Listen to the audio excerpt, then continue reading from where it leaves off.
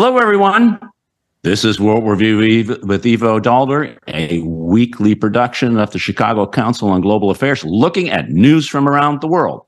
On tap this week, a plane crash outside of Moscow. And what a surprise, Mr. Yevgeny Prigozhin was on that plane and apparently is no longer. Then we'll take a look at what is happening in Ukraine with the growing criticism of U.S. military and intelligence officers of how the Ukrainians are conducting their counteroffensive. Then we'll take a look at the BRICS summit, which all of a sudden means 5 countries have now become 11. Are we moving to a G11? Or what does it all mean for the future of world politics?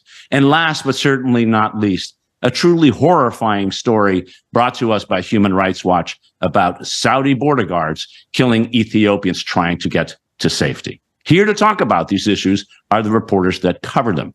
First, Nahal Toosi, who is senior foreign affairs correspondent at Politico, Bobby Ghosh, columnist at Bloomberg Opinion, and Steve Erlanger, who is the New York Times chief Europe correspondent, now joining us from Berlin.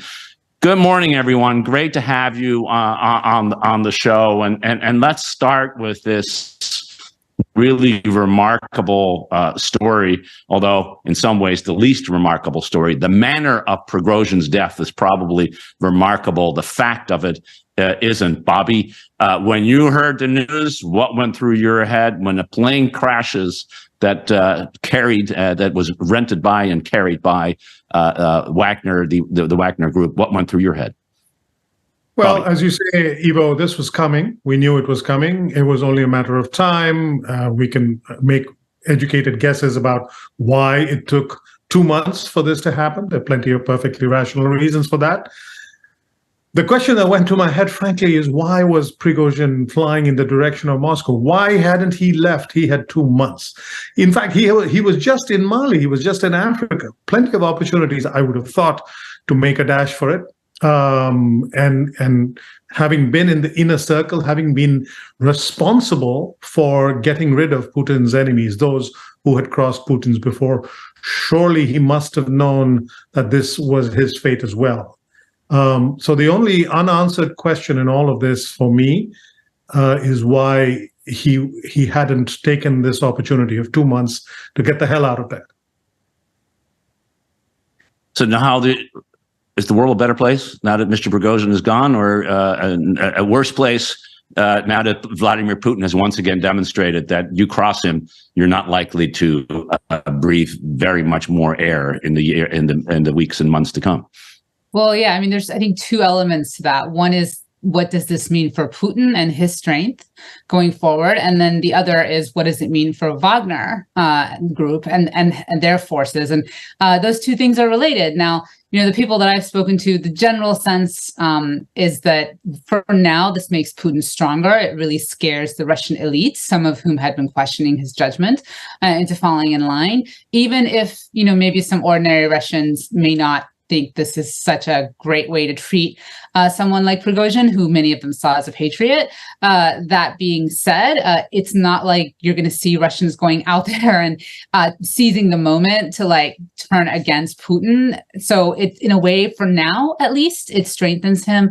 In the long run, though, it still exposes some of the brittleness of his rule, his regime, the fact that, you know, he seems increasingly isolated and increasingly paranoid. Now, whether the Wagner forces that the Kremlin had spent the last 2 months trying to get some control over will all cooperate, whether these people, many of whom were loyal to Prigozhin, will go ahead and just kind of fall in line with Putin, and how far their reach can extend, you know, beyond Russia. That's another factor in terms of the strength of the regime of Putin right now. So those are 2 things to keep in mind. So, I mean, do those things make the world a better place? I mean, I guess if you're Vladimir Putin, he's pretty happy. If you're not, then this doesn't seem that great. But let's not forget that, you know, Prigozhin was not exactly a great guy in terms of the West's ideals either. So it's not like having him around, or even like a situation where he might have, or his forces might have replaced Putin, would have necessarily been better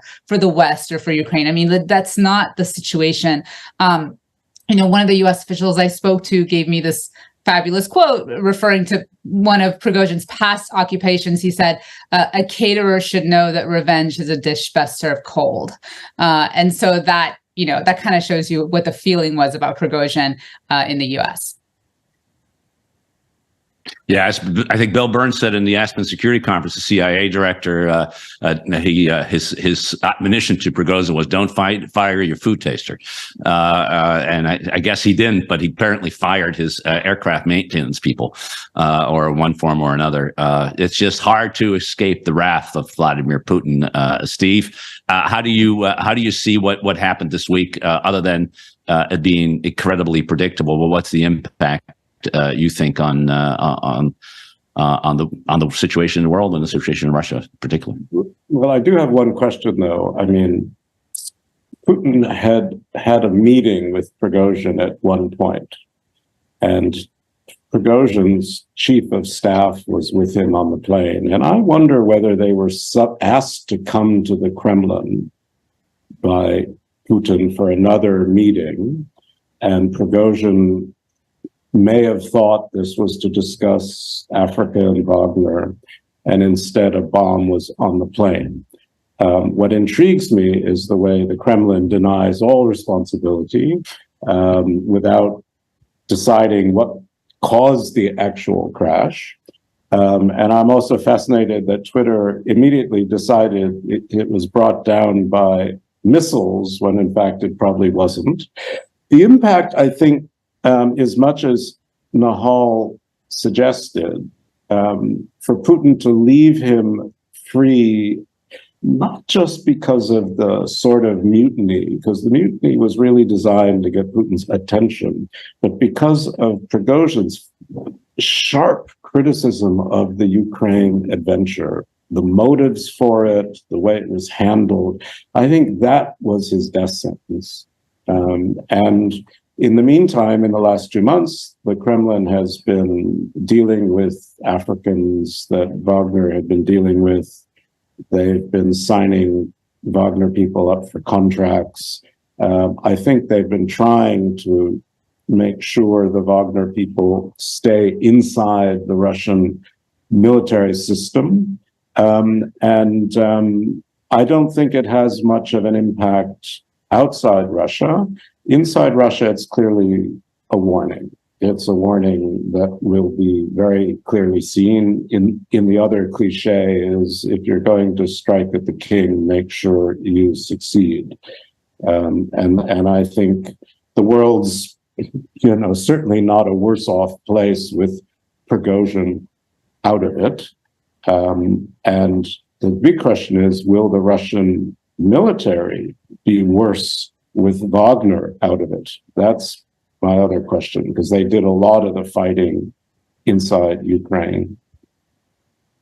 Yeah, and I think that's all those are good speculations, and I think to Nahal's point early on about Putin's strength overall, it seems to me that if a regime is based on the concept of fear, your ability and presumably this event sort of stokes that fear among the senior elite, as Nahal said. That's not a recipe for long-term stability. But it is a Russian recipe, and it is a Russian recipe. There's until always the Tsar, the iron fist in the iron glove, and that's how Russia's ruled. I'm sorry to say. Yes, until the Tsar suffers the same fate of his enemies. It also kind of depends on how you define long-term, right? I mean, maybe historians are like, well, 100, 200 years from now, things will be better. And ordinary people are like, dude, I only lived 70 years. If I'm Russian, it could be less. Yeah. And so it is possible that Putin could be there another 20, 30 years. And that is, to some people, long-term, while to historians and maybe some think tankers, it's short-term. I don't know. Bobby, sort of your thought on sort of what this mean for Putin and the stability of the regime? I don't think it means a great deal. That's why it took 2 months. It took 2 months to make sure that it wouldn't be a very destabilizing event. He took 2 months to make sure that the other threats within Wagner and within his coterie, to the extent that is possible, those threats were dealt with in one fashion or the other. I think he also took 2 months because he didn't want, he wanted to make sure that the Ukrainian counteroffensive didn't go too far. He had to be ready for he waited until the Russian positions were well entrenched, the Ukrainian counter-entrenched. I'm struggling over this. The counteroffensive basically seems to be going much slower than expected. That gave him the confidence to do this now. The question, though, for me is, I've been expecting 2 purges. One purge within Wagner, Prigozhin on down, and a second purge after the first one is done of the regular military. Because the complaints that Prigozhin had were popular and relevant complaints. They were based on fact. They were not. He was not just making a power play for himself. Putin could not act on those complaints before without the credit going to Prigozhin. But now Prigozhin's gone. That frees him up to conduct another purge within his military high command, get rid of generals who are failing in the war. And this time it'll be, or at least it'll be portrayed as this is Putin's plan. He's the one showing decisive leadership by changing his generals and so forth. So that's the second that I expect to drop. Bobby, that's a really interesting observation because, of course, those who are aligned with Putin are and have been removed. But the question of whether the people who are actually responsible for the failure of the war, particularly just the defense minister and the chief of staff, who is in charge of the overall war, actually now get the axe is an interesting one if you have that power. So we'll be watching that. In the meantime, Steve, plenty of criticism coming from U.S. officials in particular, and to some extent Brits, but really U.S. officials who are talking to your paper, they're talking to the Washington Post. I was at a briefing, an informal briefing, in which the same criticism was announced more than 2 weeks ago. This idea that the reason the war is not going well is because the Ukrainians aren't fighting in the way we, the United States and the West, have taught them to do with the weapons that we gave them. And so if it goes wrong, don't blame us. It's the Ukrainians. It's quite remarkable set of leaks and stories that have come out very deliberately, directed by the administration. Clearly, what do you make of it? And how? And frankly, is it a fair criticism? Well, first of all, let me say personally, it seems very unseemly to me. It's ugly. I mean, we're blaming the Ukrainians for not sacrificing more of themselves in a military maneuver that we haven't done for 40 years or more, and we've never done without air cover. Right? Now, the Ukrainians are quite angry about this. I'm not sure why suddenly, the intel people and the Pentagon people felt the need to, say, not our fault, to do this CYA, which translates as cover your bottom act. It just seemed very odd. They didn't really have to do it. But I think the problem with the counterinsurgency not going as well as people thought is it raises the very difficult question of how does the war then end with less than a total Ukrainian victory? Now, that is something officials do not want to talk about. There's a kind of omerta on this topic. It is too sensitive. And in fact, the window to discuss this possibility is even tighter now because Western governments, like the Americans, don't want to be blamed for the supposed failure of this counteroffensive to which they've devoted so much money and equipment and so on. So it's almost reducing the ability to think out loud about alternatives. Now, from the Ukrainian side, and I'll just say this briefly, I mean, Ukraine's a big country. It's not that big, and it's lost an awful lot of people. And if you're a Ukrainian, you need to think beyond the next 6 months. I mean, this war can very well go on another year or 2 years. There's no indication Putin has any desire to end it now or to have negotiations. And you don't want to lose your best people in a big rush, which opens yourself up for a Russian offensive to follow your failed counteroffensive. I mean, I've been saying here, you've heard me say it here, we shouldn't judge the counteroffensive till at least the autumn. I mean, we still have months to fight. And, you know, it's not beyond possibility that the Ukrainians do have a serious breakthrough. And one of the great ironies of Prigozhin is the successful general who was responsible for building up the Russian defenses has been sacked at the same time, right? So I just think we have to be a bit patient, but I do find it a bit, as I say, unseemly that the United States, which obviously has been supporting Ukraine and will continue to, is blaming the Ukrainians for not dying in sufficient numbers to make American strategy look good. Now, what are you hearing in Washington? I mean, part of it also appears, quite apart from the seemliness or not, appears to be an attempt to preempt the criticism in Washington that the reason it's not going well is because we have not provided Ukrainians with the support that they have asked for in terms of long-range missiles and air power. And instead saying, well, that doesn't matter, that, you know, that support didn't matter. What matters is they need to fight the tactics that we taught them, and they're not doing that. And they're defending areas that shouldn't be defended, like Bakhmut. How are you seeing this playing out as you go around town?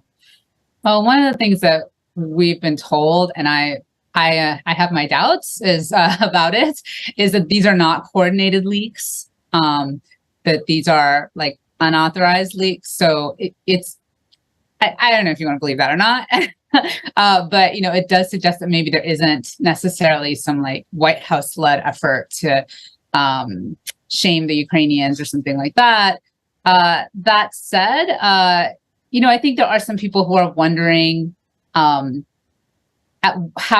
does this really end? And maybe now is the time to do what Mark Milley said, let's do last year, which is like push the diplomatic part of it a bit further. There are very strong arguments on both sides of that. But I do think it's worth noting that the Ukrainians have been engaged in a diplomatic effort alongside this counteroffensive. They held that peace conference a few weeks ago. Zelensky is going to be going to the UN General Assembly. That's the plan, we hear. There's other efforts to have kind of a diplomatic thing where they kind of rally support among the global South and other countries to find some sort of a pathway to an end to this war.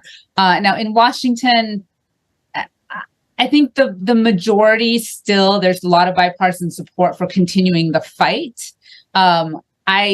I do definitely think, given especially what we saw on the debate stage at the Republican debate the other night, the debate about Ukraine and whether or not to continue the aid, that there is a lot of hesitation and growing hesitation within GOP circles, Republican circles, about how much aid to give. So the idea that, you know, down the line, we're going to give them more than we have now, or the kinds of things that they really want and need, missiles, air cover, things like that. If I was Ukrainian, I wouldn't count on that. I'd be looking at other options, and I'm sure they probably are. So I don't think that's a very satisfactory answer on a lot of levels. But I will say again, like, I think I've said this before, I've never understood why people thought this was going to be a quick war. Okay. This war actually began in 2014. Let's not forget that. Everybody seems to forget that. Okay. And of course it's going to last a long time, and neither side is going to want to declare defeat or victory. And one of the things that struck me was when I was researching some of this is that during the Korean War, which the open hostilities lasted 3 years, 2 of those years were spent negotiating the armistice. Okay. These things take time. And even when you are able to negotiate for peace, that can take a lot of time. And even that conflict is still technically not over. So I just think people, Afghanistan, 20 years, Iraq, so long. Why did anyone think this was going to be fast? Yeah, it is. There is a little bit of and I think part of the debate is this idea that you can solve political problems with military means. And this is fundamentally a political conflict. It's a conflict about who controls the future of Ukraine. And that conflict has been going on at least since 2014, and has had a military dimension. But it also involves Vladimir Putin, who has a particular point of view on the world. Yeah. You know, Tony Blinken described it to be practically as theological. And so this is the thing. Sometimes you just deal with a guy who's just really stubborn and not a lot works on him, whether it's military or diplomacy or rants, you know, via Prigozhin. It's just... Bobby, how do you see this? It is an awkward turn, I think, in the story that has been with us since at least 2022 in how the U.S. is talking about this, or at least some U.S. official.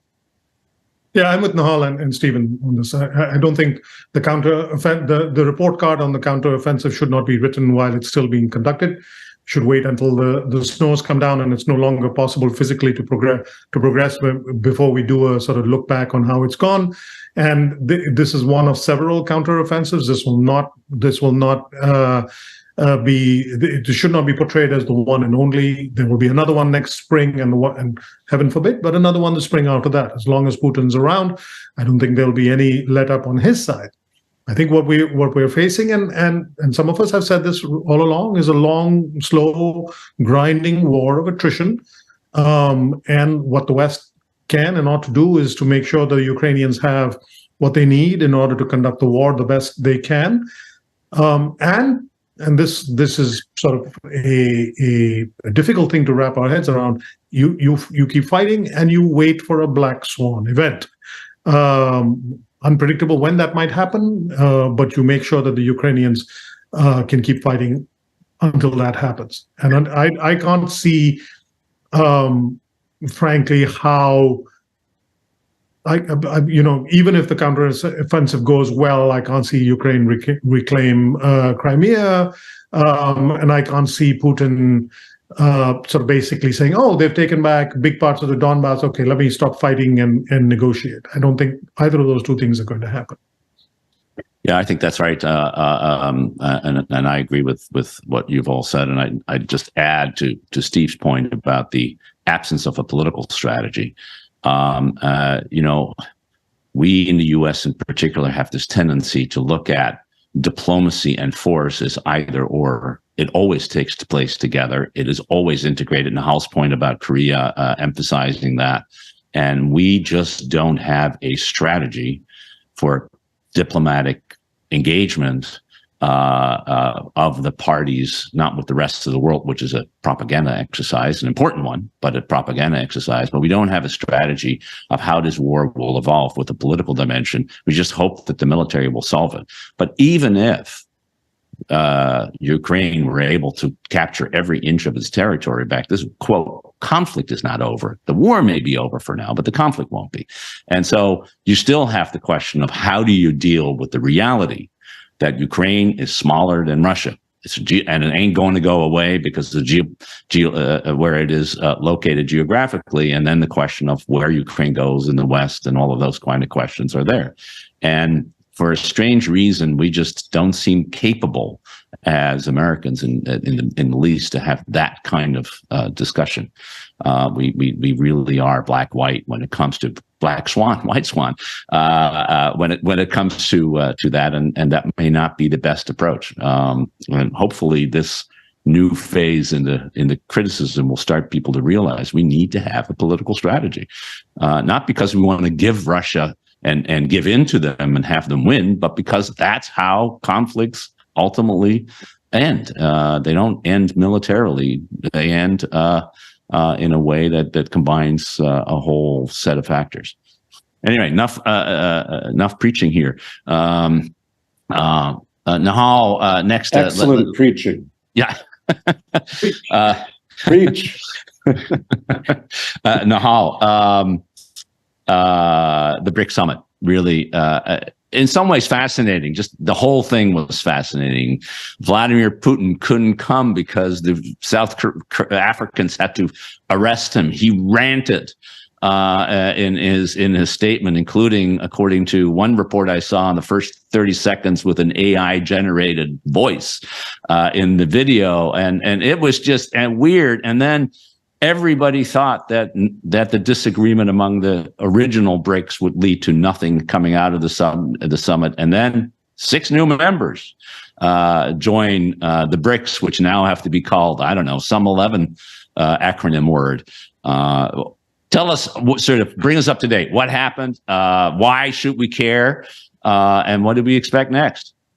Yeah. So, I'm really bad at word games, so I'm not even going to try the acronym thing. But yes, this is Brazil, Russia, India, China, and South Africa. They met in Johannesburg. Usually the summit doesn't get barely any attention. This year it got a lot because of the various dynamics involved. This is basically a loose trade coalition. It hasn't really ever accomplished very much at all. The idea behind it is, sometimes along the lines of, let's create an alternative to the West's hegemony on everything from reliance on the dollar to things like that, but they haven't really managed to accomplish that much.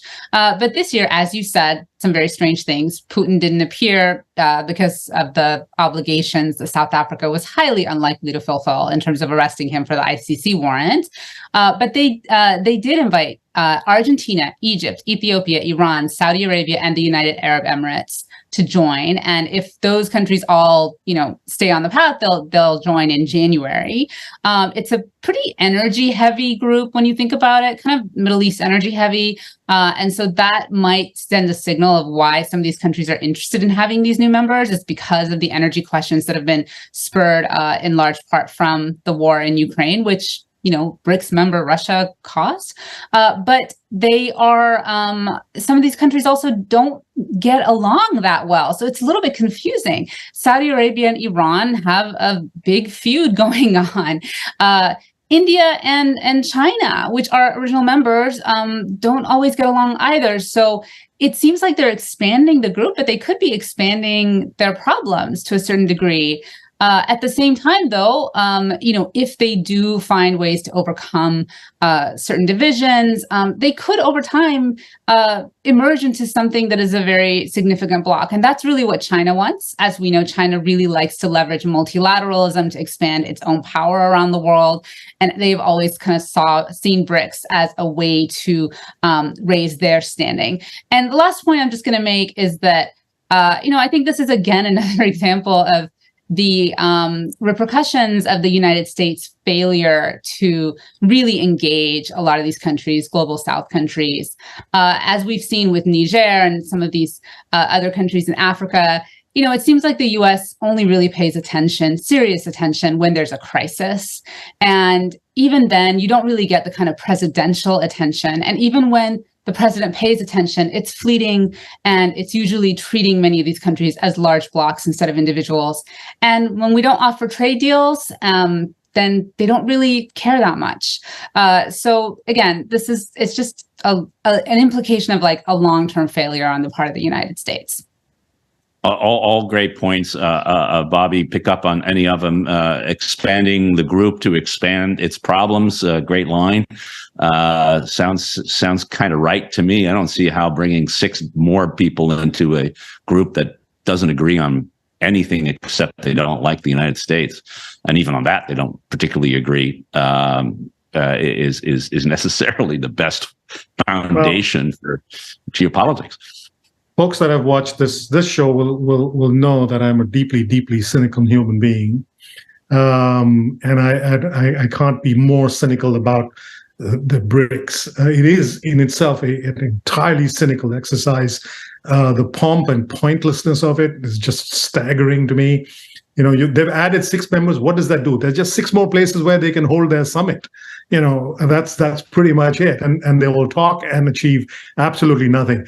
They already have, yes, it's energy heavy, but they already have OPEC for that. You just bring India and China, the two major buyers, into some sort of OPEC plus arrangement, and then you have that. That's much easier. That's much more efficient. What is Argentina doing? The majority of the members are economic basket cases. And this is the group that we will rely on to come up with an alternative to the US dollar. I don't think so. I have to give credit where it is due. David Frum came up with this great line to describe just the core BRICS and this notion that they will come up with a new international currency. He says, I'm going to read his quote exactly. He says, you combine Brazil's history of monetary stability with Russia's respect for property rights and India's domestic tranquility and China's financial transparency and South Africa's investment opportunity. And hey, presto, you've got a new global currency. I mean, come on. I wouldn't buy a used car from these folks, never mind a new currency. This is a shocking shock. And frankly, can I say, in the middle of a world that is, facing major problems, war in Europe, major environmental issues, the fact that these countries are investing so much time and energy and resources to this utterly pointless exercise shows me that some of their leaders are just not serious people. And yes, the US should pay more attention to the global South, but this is not the way the global South is making a better case for that.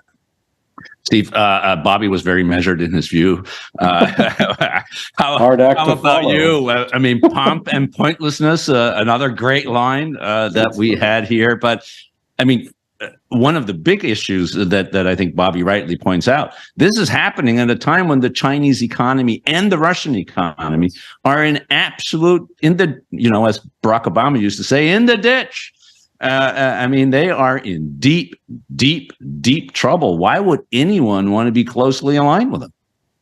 Well, China is pretty powerful. I can see why people want loans, they want trade, and a lot of these countries are dependent on commodity trading with China, right? So, I mean, the BRICS is China, really. It's China plus the others. I mean, the weight of the BRICS is China.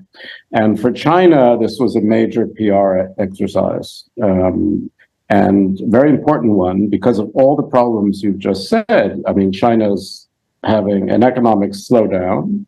It has a real estate bubble crisis. Its foreign ministers just disappeared. We don't know where or why or when. It's just gone. They've just fired a bunch of top generals. People seem, a little unhappy with Xi Jinping. And so he comes to South Africa and says, we're expanding this alliance. Well, I think it may work at home. To me, the shock was Iran joining, right? Because China has kept Iran afloat by buying Iran oil at a great discount. Iran is obviously so wedded to Russia's invasion. It's so anti-American right now. It sort of made BRICS seem less like the global South than like a group of angry authoritarians and theocracies, throwing in the Saudi, at least the Saudis and the UAE provides money to maybe make the BRICS' small development bank more functional. I mean, it's hardly a rival to the World Bank, but it does have uses. So I don't kind of think of it as unimportant. I mean, it is 3.7 billion people, if you add up all 11, that means something. And there is no question that China and Russia are trying to create a kind of new multiverse that is less subject to American sanctions and to the power of the American dollar. So it's not happening yet, but let's see. I'm not willing to write it off completely. But The weird part is Argentina, I have to say, because Argentina has so much inflation. It's such a basket case. One leading candidate for the presidency of Argentina wants to dollarize the economy in Argentina. So it's full of ironies. It's a heterogeneous group that does seem to share an anti-Western quality. And the last thing I'd say is, India and Brazil do see themselves as important leaders of the global South. But the global South is not the BRICS. That's a different thing. And I think they don't want to be caught in this China-led anti-Western alliance. So anyway, it was an interesting moment. A lot of pointlessness, certainly some pomp. And then Vladimir Putin on Zoom.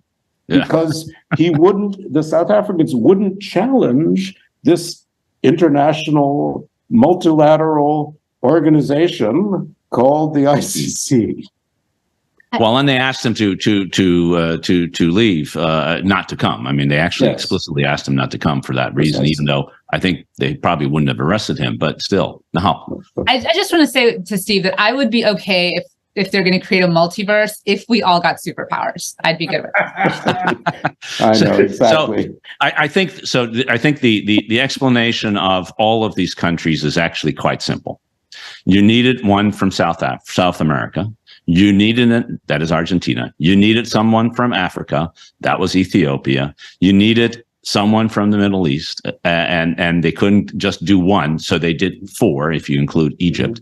And they wanted someone in Asia, and they invited Indonesia, and Indonesia said, no, thank you. We're going to be thinking about this because they have decided that maybe this is not worth their view. So that my view is that the world is a geographical entity. This is the unification of the BRICS. You just do this by regional entities. You can't get anybody from North America and evil Europe because those are the opposite.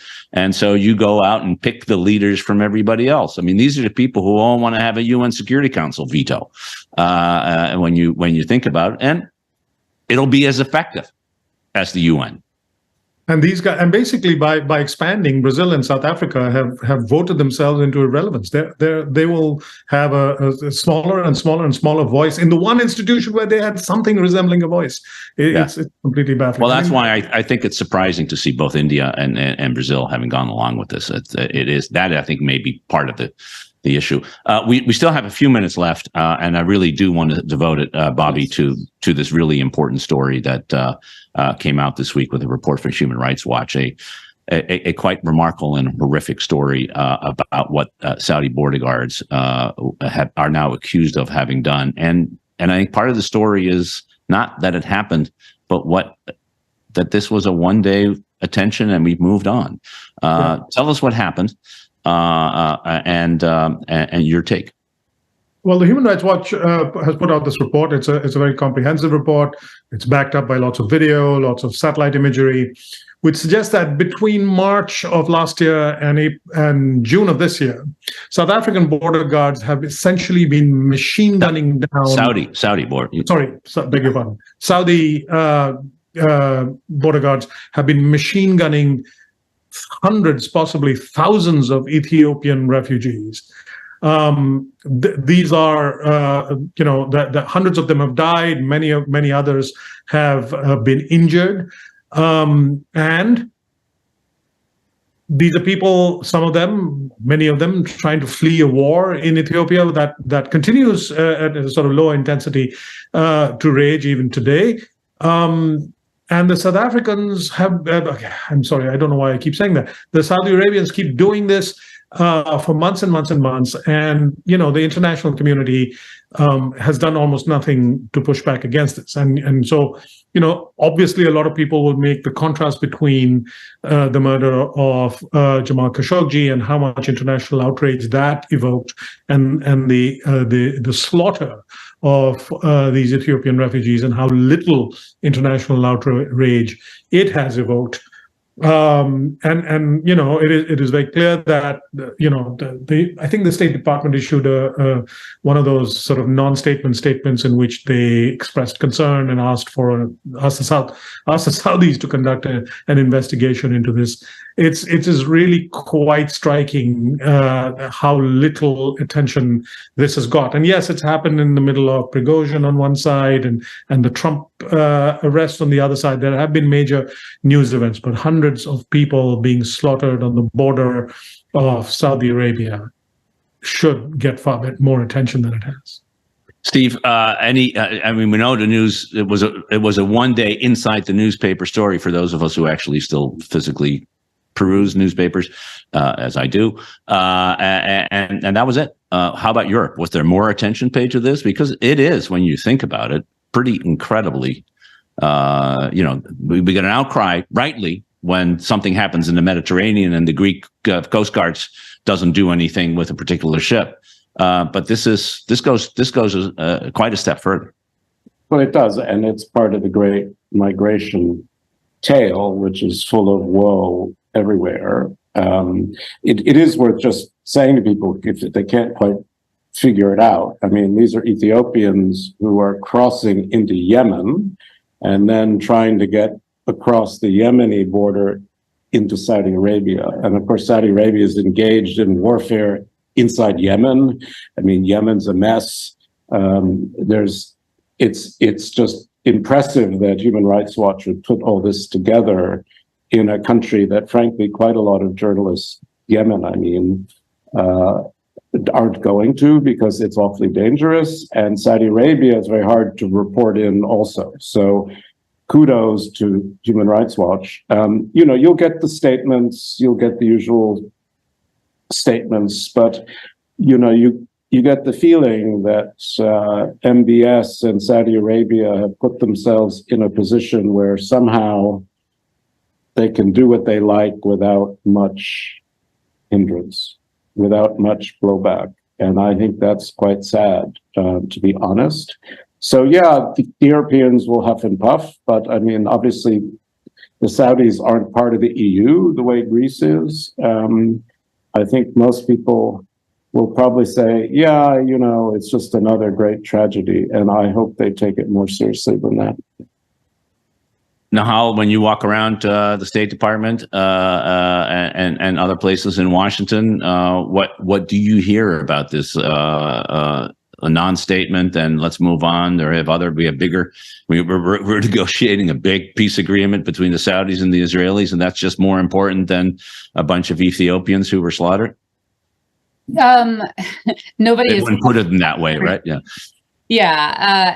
Yeah. Look, I think the Biden administration's priority for sure, above human rights, above democracy, anything, is getting some sort of a peace arrangement between the Saudis, the Israelis, and maybe some other elements within the Middle East. A big deal that they think could lead to more what they refer to as integration within the Middle East, and therefore, which they think will promote peace over time, and at least a hedge against Iran, at least for the Saudis. And the Saudis want a lot of things like a NATO-style security deal with the U.S. and a nuclear program and all sorts of things. And it's just, you just have to wonder, well, why would you want to get into any sort of an arrangement with a country that has this sort of attitude about migrants I raised the question immediately, believe me. But this is a situation where I think the administration just feels like you have to deal with the Middle East you have, and you have to deal with it. And over time, if you take a lot of these various entities and help them get along, that maybe these types of human rights and other issues can be resolved. Like, it's sort of like, what do you put first? And I think they're gambling on the idea that maybe having these sorts of arrangements over time will give us more influence on the way the Saudis act. I see Bobby just like laughing over there. I mean, it's the same argument I hear when they're like, well, we sell them the weapons so that they don't buy weapons from elsewhere, and that we give them better weapons, that they kill fewer civilians. And since it's like when they do something wrong, the argument is, well, we can't not sell them the weapons because that'll take away your leverage. It's like, I just, one day I want to write a book about leverage in foreign policy. So yeah, I think the priority for the Biden administration is not this type of human rights issue. It just isn't. Right. So and the other, you hear, we need to engage the Saudis and get this new agreement. So they will have they will abandon China. And then they joined the China-led BRICS. So it really all lands on. Yeah. Bobby, last word to you. I would end with we could do a whole different show about the talk about pomp and pointlessness, this effort to try and engineer a deal between Israel and Saudi, and why the administration is wasting so much energy on that. But I would end by asking a question. How much of this lack of interest in what's going on with the Ethiopians, how much of that boils down to the soft bigotry of low expectations? How much of that is, well, these are Saudis, what do you expect?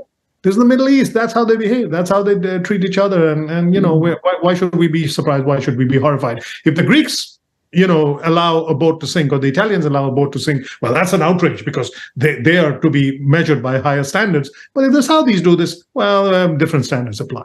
And I've seen that so much in my career over 30 odd years of covering the Middle East that's the thing that always sticks in my throat. Well, we also kind of come across as a little hypocritical, telling people how to deal with migrants, given what happened under Trump, taking migrant children away from their parents, not to mention some of the policies that some of the GOP candidates are talking about in terms of militarizing the border, which inevitably is going to lead to more deaths. I mean, it does. I can just totally imagine the Saudis being like, well, Trump wanted to put alligators and crocodiles and a big wall and a moat along your border. So why are you telling us how we should treat people who are illegally crossing our border? The endless hypocrisy of international politics never end, which is why it is endless. Wonderful conversation. Unfortunately, we're out of time. Nahal Toosi, Bobby Ghosh, Steve Erlanger, thank you for joining us. Thank you all for tuning in. We're going to take a break for the next 3 weeks. I'm off having some R&R, first in Istanbul and then in Tuscany, before being back here. So we'll be back on the 20, let's see, is it on the, well, 4 weeks from now, we'll be back with another edition of World Review. We'll send those of you who are regular listeners a note when we're back on the air. But in the meantime, I want to wish everyone a very happy and wonderful time in the weekend, a weekend and time off for those who are still taking time off. And thank all of you for tuning in this week's edition of World Review with Ivo Daalder. Thanks all.